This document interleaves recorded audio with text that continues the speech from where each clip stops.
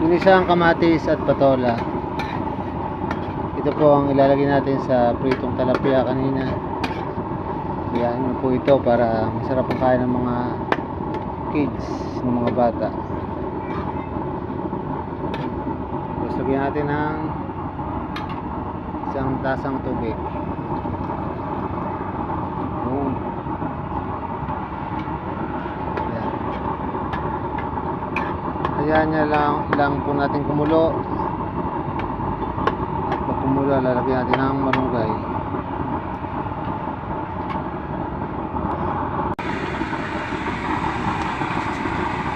Lagyan natin ng malunggay. Boom.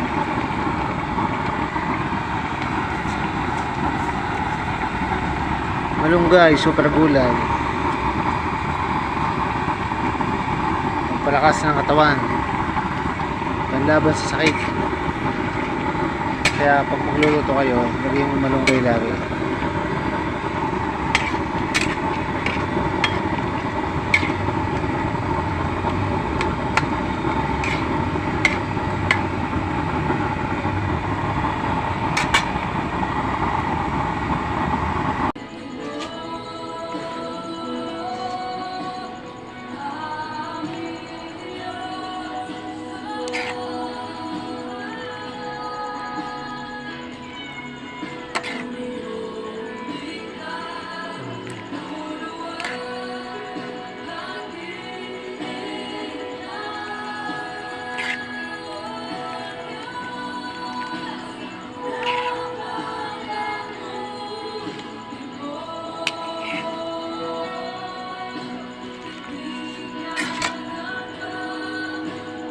Ayan,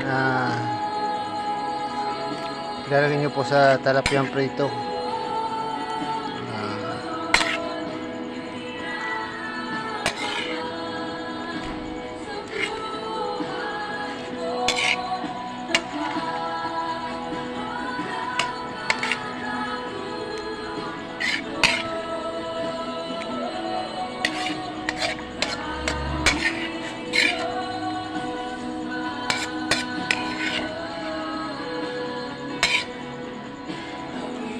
Okay, salamat sa Diyos sa biyaya.